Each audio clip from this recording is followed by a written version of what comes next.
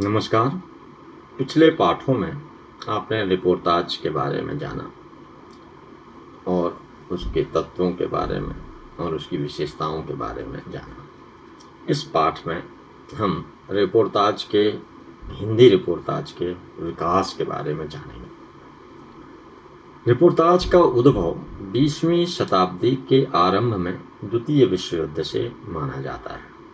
कुछ विद्वान 19वीं शताब्दी में यूरोपीय देशों में हुए व्यापक औद्योगिकीकरण के समय से मानते हैं। 20वीं शताब्दी के प्रारंभ में ही प्रथम विश्व युद्ध 1914 और द्वितीय विश्व युद्ध 1936 तथा रूसी क्रांति के समय रिपोर्ताज का उद्भव मानते हैं, क्योंकि घटनाओं के नव्यतम रूप में तथ्यों के साथ प्रकाशित करना ही महत्वपूर्ण था। जॉन रीड ने रूसी क्रांति का अमर दस्तावेज 10 दिन जब दुनिया हिल उठी 10 days that shook the world reportage का श्रेष्ठ उदाहरण है। डॉक्टर रामविलास शर्मा के अनुसार सोवियत लेखकों ने साहित्य को अपने प्राणों से भी ज़्यादा महत्वपूर्ण समझा और दूसरे सिपाहियों की तरह वे अपने मोर्चे पर डटे रहे। कई लेखकों की जानें भी गईं, परंतु उन लोगों ने जो रिपोर्ताज लिखे हैं उनमें महायुद्ध का सजीव साहित्य और इतिहास दोनों। हिंदी रिपोर्ताज का विकास क्रम। हिंदी रिपोर्ताज का आरंभ सन 1922 से माना जाना चाहिए। 1922 में बद्री नारायण चौधरी प्रेमधन ने बनारस का बुद्धवा मंगल नामक रिपोर्ताज लिखा। यद्यपि कुछ विद्वान इसे प्रथम रिपोर्ताज नहीं मानते हैं, पर रिपोर्ताज की प्रथम झलक का उसमें अभाव नहीं है। हिंदी साहित्य के ऐतिहासिक कालक्रम में आधुनिक काल के द्विवेदी युग की समाप्ति से हिंदी रिपोर्ताज का आरंभ माना जा सकता है। डॉक्टर विजय कुलश्रेष्ठ ने हिंदी रिपोर्ताज के कालक्रम का निर्धारण इस तरह से किया। उद्भव काल सन 1922 से 1935 तक, विकास काल 1936 से 1949 तक, विस्तार काल 1950 से 1965 तक, आधुनिक काल 1966 से 1989 तक और अद्यतन काल 1990 से अंतिम सदी तक। उद्भव काल सन 1922 में प्रकाशित बद्री नारायण चौधरी प्रेमधन के बनारस का बुद्धवा मंगल में रिपोर्ताज की विशेषताएं उपलब्ध होती हैं, अतः इसे हिंदी रिपोर्ताज का उद्भव माना जाना उचित होगा। यद्यपि विद्वान पश्चकालीन रिपोर्ताज से हिंदी रिपोर्ताज का आरंभ मानते हैं, लेकिन प्रेमधन के बाद सन 1926 में चंडी प्रसाद सिंह का युवराज की यात्रा का प्रकाशन हुआ। उसके पश्चात सन 1927 में कन्हैयालाल मिश्र प्रभाकर द्वारा लिखित गुरुकुल कांगड़ी की रजत जयंती रिपोर्ताज प्रकाशित हुआ। वेदों की खोज शीर्षक से अन्य रिपोर्ताज प्रकाशित हुआ। विशाल भारत के अप्रैल 1930 के अंक में मदन मोहन चतुर्वेदी के सत्याग्रह और मई में दांडी में सत्याग्रह शिविर प्रकाशित हुए। मई 1930 के ही अंक में विशाल भारत में रामानंद चट्टोपाध्याय का रिपोर्ताज ढाके का उपद्रव प्रकाशित हुआ। अन्य रिपोर्ताज एक तस्वीर दो पहलू 1932 और एक रात की बात 1934 तक आते आते हिंदी रिपोर्ताज प्रतिष्ठित हो चुका था। इस प्रकार उद्भव काल अपनी उचित सक्रियता लिए हुए है। सन 1935 के विश्वामित्र में रामनाथ सुमन लिखित पूर्वी एशिया में क्या हो रहा है भी सामयिक रिपोर्ताज है, भले ही उसे विशुद्ध विधा के रूप में स्थापित विधा के रूप में प्रतिष्ठित होने का अवसर दिया।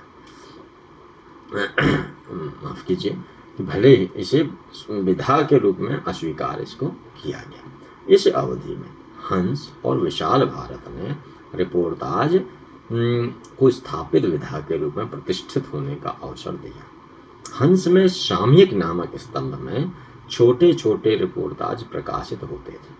कालांतर में उसे समाचार और विचार 1934, स्तंभ और अंत में अपना देश 1944 में स्तंभ के रूप में प्रकाशित किया जाने लगा था। वास्तविकता यह है कि रिपोर्टाज विधा समय की आवश्यकता और युगीन परिस्थितियों के कारण उद्भव में आई है।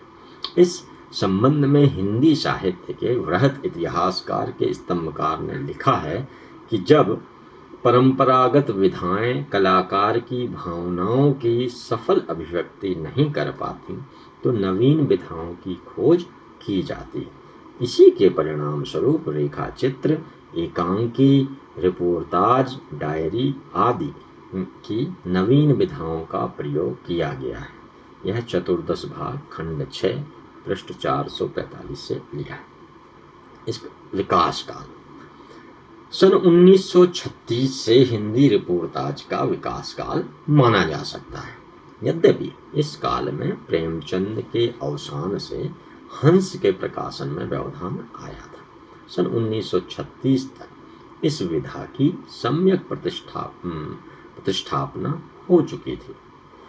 रूपाभ द्वारा भी रिपोर्टाज प्रकाशन का अवसर दिया गया। इस प्रकार यह कहा जा सकता है कि रिपोर्टाज के उद्भव एवं विकास में हंस, विशाल भारत और रूपाभ पत्रिकाओं की भूमिका विस्मृत नहीं की जा सकती। सन 1936 में कन्हैयालाल मिश्र प्रभाकर का राजनीतिक रिपोर्टाज का संग्रह लखनऊ कांग्रेस के उन दिनों में प्रकाशित हुआ। सन 1938 में रूपाभ पत्रिका में शिवदान सिंह चौहान के रिपोर्टाज लक्ष्मीपुरा ने सभी का ध्यान आकर्षित किया। वे इससे पूर्व मौत के खिलाफ जिंदगी की लड़ाई शीर्षक से हंस के अपने देश स्तंभ में रिपोर्टाज लिख रहे थे। गतिविधि पर पूरा प्रकाश डाला है। स्वतंत्रता की पुकार के साथ बंगाल के अकाल, गांधी जी की रिहाई, एरी के भाषण की चर्चा इन रिपोर्टाजों में है। जून 1938 के चांद में प्रकाशित हम और हमारे कुंभ मेले को रिपोर्टाज कहा जा सकता है। इसी अंक में भगवती प्रसाद श्रीवास्तव का रिपोर्टाज पेरिस की प्रदर्शनी भी प्रकाशित हुआ था। द्वितीय विश्व युद्ध के मध्य ही सन 1943-44 में भयंकर अकाल पड़ा।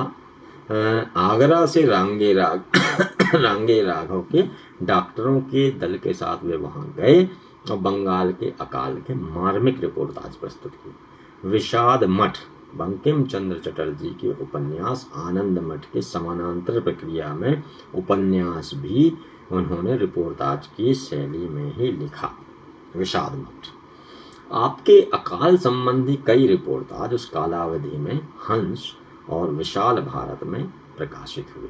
उनके लिए राम गोपाल सिंह चौहान का मत था कि रांगे राघव की कलम में शक्ति है, भाषा में आग है, वर्णन में हृदय की मार्मिक पकड़ है, परिस्थितियों के जाल में फंसी जनता के संघर्ष की गति को समझने की जागरूकता है, जीवन की व्यवस्थाओं में तमसावृत समय के परिदृश्य में प्रकाश देख पाने की पैनी दृष्टि है और पाठक के मन प्राण को उद्वेलित कर अपनी रचनाओं से जीवन के प्रति सचेत करने की चेतना है। इसी समय अकाल संबंधी रिपोर्टाज के अतिरिक्त भी हंस के लिए अन्य रिपोर्टाज भी लिखे। इनमें पहला जो रिपोर्टाज था वह था उपचेतना का तांडव। इसके अनेक चित्र स्वतंत्रता का आंदोलन, मुन्नी की पढ़ाई, भिखारी का आगमन, सांप्रदायिक दंगों की विभीषिका तथा अभावग्रस्त अवचेतन मन का चित्रण है, जो पूर्णतः असंबद्ध होते हुए भी एक दूसरे से किसी न किसी प्रकार उलझा हुआ है। उनका एक अन्य रिपोर्टाज यह ग्वालियर है, जिसमें दमन और अत्याचार का सजीव चित्रण किया गया है। कन्हैयालाल मिश्र प्रभाकर का एक फीचर ऊपर की बर्थ पर महान सांस्कृतिक महोत्सव में 1945 तथा मेरे मकान के आसपास इसी वर्ष प्रकाशित हुआ। इस रिपोर्टाज में मिश्र जी सर्वसुलभ भाषा में लोक संस्कृति के उज्जवल पक्ष को देखकर गदगद होते थे, वहीं वे नगरीय संस्कृति के बढ़ते प्रभाव से उस पक्ष का अभाव अनुभव करते थे। अपने भंगी भाइयों के साथ और पहाड़ी रिक्शा में समाज के पतित वर्ग के प्रति उनकी सहानुभूति के दर्शन होते हैं, जिसमें सहारनपुर जिले की स्थानीय बोली का उपयोग भी किया गया है। इस अवधि में हंस के फरवरी 45 के अंक में धर्मवीर भारती का रिपोर्टाज मुर्दों का गांव प्रकाशित हुआ, तो दूसरा रिपोर्टाज ललित मोहन अवस्थी का जिंदगी मार्च 1945 के हंस में प्रकाशित हुआ था, जिसमें तत्कालीन राजनीतिक अवस्था का चित्र था कि कांग्रेस और लीग भारतीय जनशक्ति के दो टुकड़े अब भी अलग हैं।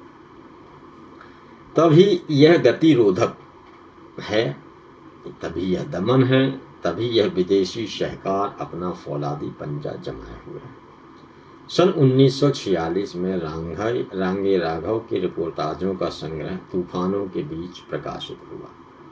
जून 1947 के हंस में नजरबंदियों की जान के साथ खिलवाड़ नामक रिपोर्टाज प्रकाशित हुआ, जो फतेहगढ़ की सेंट्रल जेल में भूख हड़ताल कर रहे कैदियों पर निर्मम लाठी प्रहार पर अपना रोष प्रकट करता है। मार्च 1948 के अंक में प्रकाश चंद्र गुप्त का ऐतिहासिक रिपोर्टाज स्वराज्य भवन प्रकाशित हुआ और नवंबर 1949 के हंस में राम कुमार का रिपोर्टाज बस स्टैंड प्रकाशित हुआ। प्रकाश चंद्र गुप्त ने इसी अवधि में अल्मोड़े का बाजार और महाकुंभ घटना प्रधान रिपोर्टाज हंस के लिए लिखे।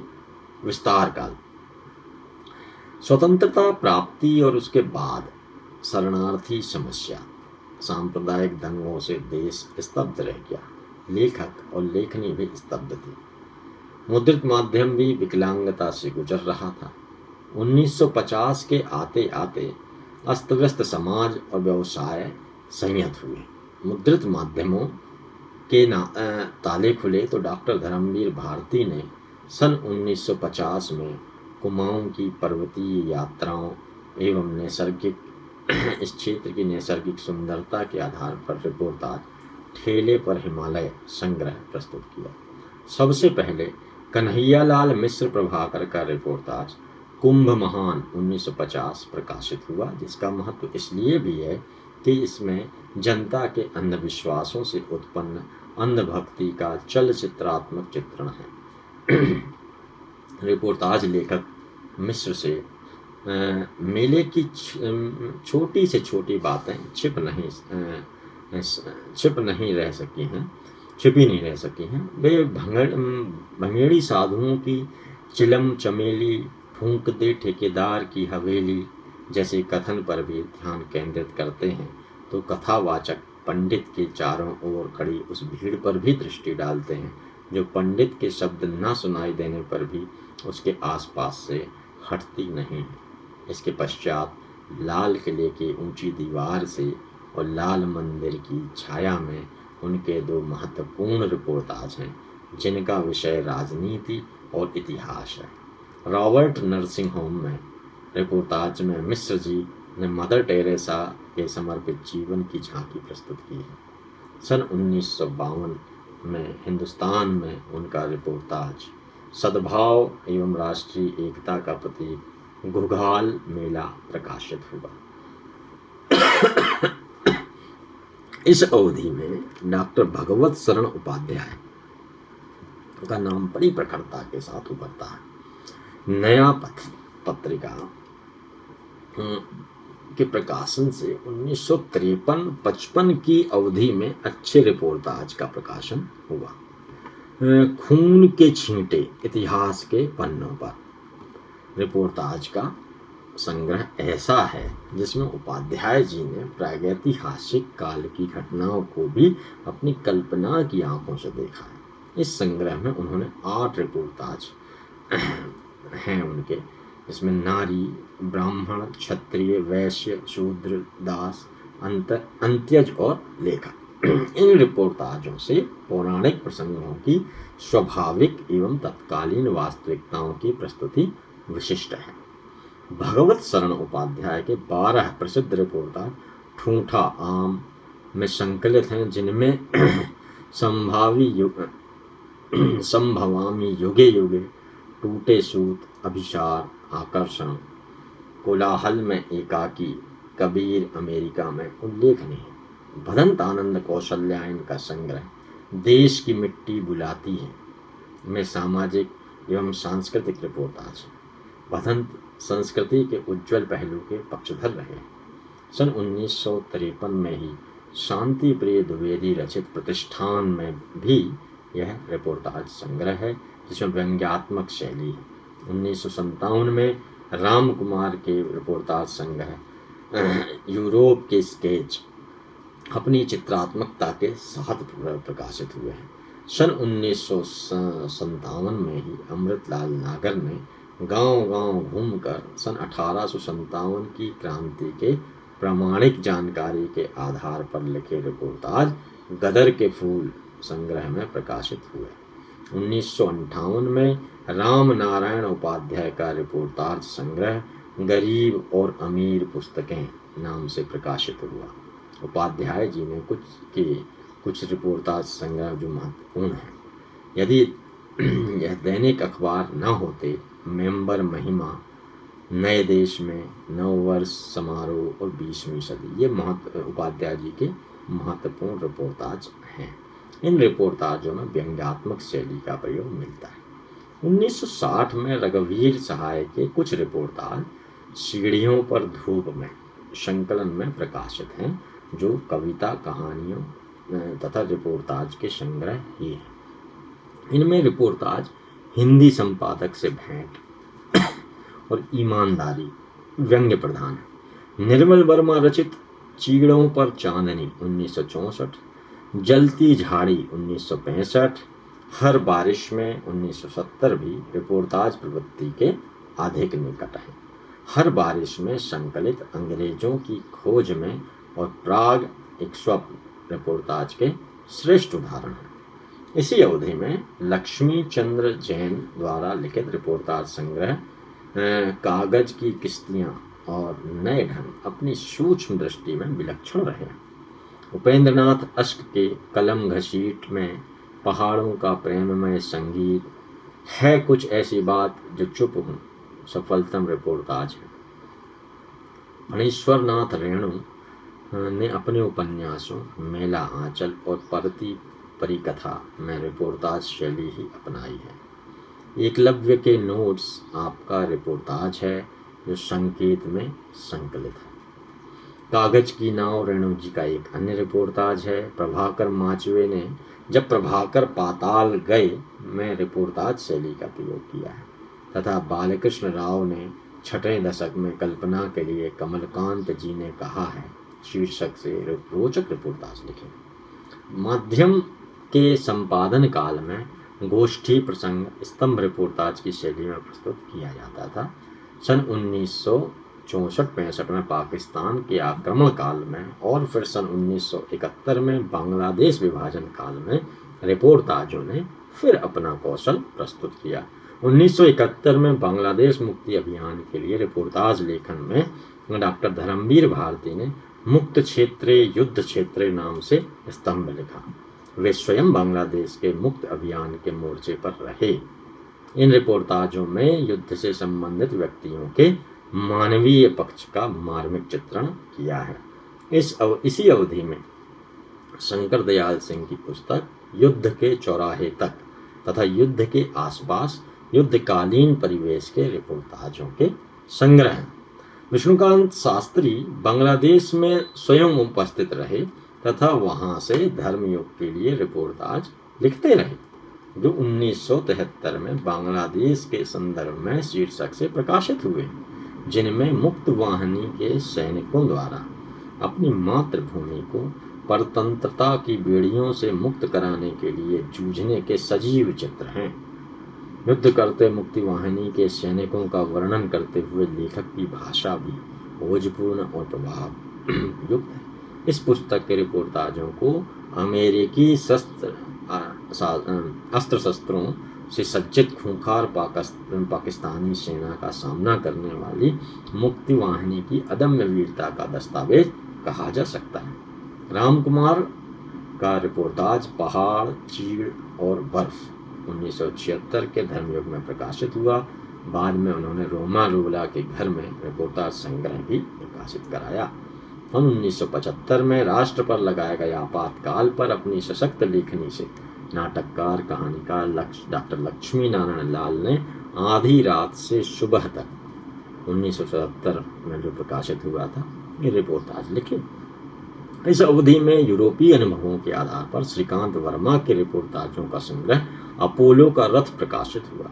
विवेकी राय ने रिपोर्टाज विधा को एक नया मोड़ दिया। उनके रिपोर्टाज धर्मियों, कादम्बनी, ज्ञानोदय, साप्ताहिक हिंदुस्तान आदि में प्रकाशित होते रहे। 1977 में जुलूस रुका है शीर्षक से उनका संग्रह आया, जिसमें 22 रिपोर्टाज संग्रह थे। इसी अवधि में फणीश्वर नाथ रेणु का रिपोर्टाज संग्रह ऋण जल धन जल यह 1977 में प्रकाशित हुआ, जिसमें सन 1975 में अचानक आई बाढ़ और सन 1966 में बिहार में बढ़े सूखे से संबंधित 5 रिपोर्टाज हैं। मणि मधुकर का पिछला पहाड़ी 1977 महत्वपूर्ण रिपोर्टाज संग्रह। 1981 में शिवसागर मिश्र का रिपोर्टाज संग्रह वे लड़ेंगे 1000 साल प्रकाशित हुआ, जिसमें उन्होंने उन भारतीय रणबांकुरों की विजय गाथा है जिनमें पाकिस्तान की सेना से लोहा लेकर उसके नेताओं के 1000 साल लड़ते रहने के इरादों को मात्र 22 दिनों में चकनाचूर कर दिया था। शिवानी के रिपोर्टाजों की कृति यांत्रिक इसी वर्ष प्रकाशित हुई। 1982 में प्रकाशित आदमी से आदमी तक में भीमसेन त्यागी की रिपोर्टाज। इनकी विशेषता यह है कि वे रोजमर्रा की जिंदगी के आसपास की सामान्य घटनाओं का कलात्मक रूप प्रस्तुत करते हैं।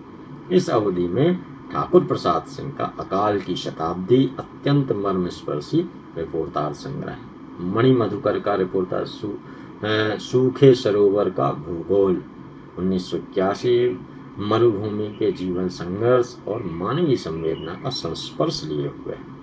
इसी अवधि में ललित शुक्ल के रिपोर्टाजों का संकलन सोजा लोबो प्रकाशित हुआ, जिसमें मनुष्य की संगति विसंगति पर 9 रिपोर्टाज। सोजा लोबो पुर्तगाली शब्द है जो समुद्र के किनारे ताड़ पत्रों और बेंत से बना होटल होता है।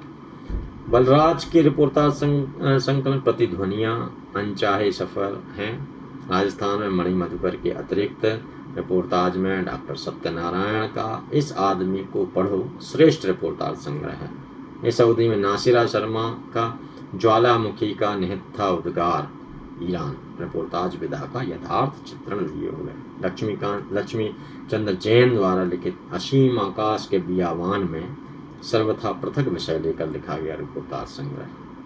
अद्यतन काल 20वीं शताब्दी के दशक में अंतिम दशक में रिपोर्टाज लेखन एवं प्रकाशन का क्रम जारी है, लेकिन साप्ताहिक हिंदुस्तान, धर्मयुग, साप्ताहिक दिनमान, पाक्षिक सारिका और कई मासिक पत्रिकाएं बंद हो चुकी हैं। इस दशक में गिरिराज शाह के 2 रिपोर्टाज संग्रह चुटपुटकुले तथा लड़ाई जारी है, दोनों ही 1991 में प्रकाशित हुए, वो महत्वपूर्ण है।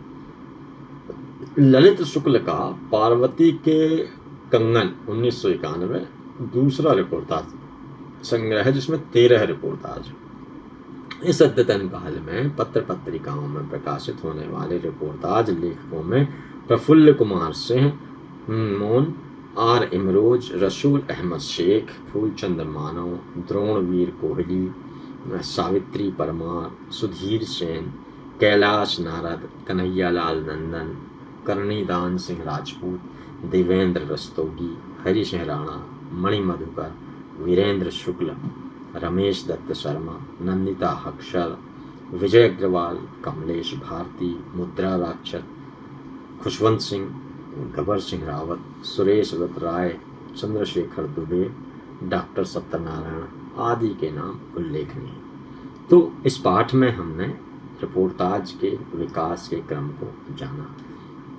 ये किस किस क्रम में किन लेखकों ने रिपोर्टाज, महत्वपूर्ण रिपोर्टाज का लेखन किया है। अगले पाठ में हम रिपोर्टाज का सामग्री संयोजन एवं लेखन को जानेंगे। नमस्कार।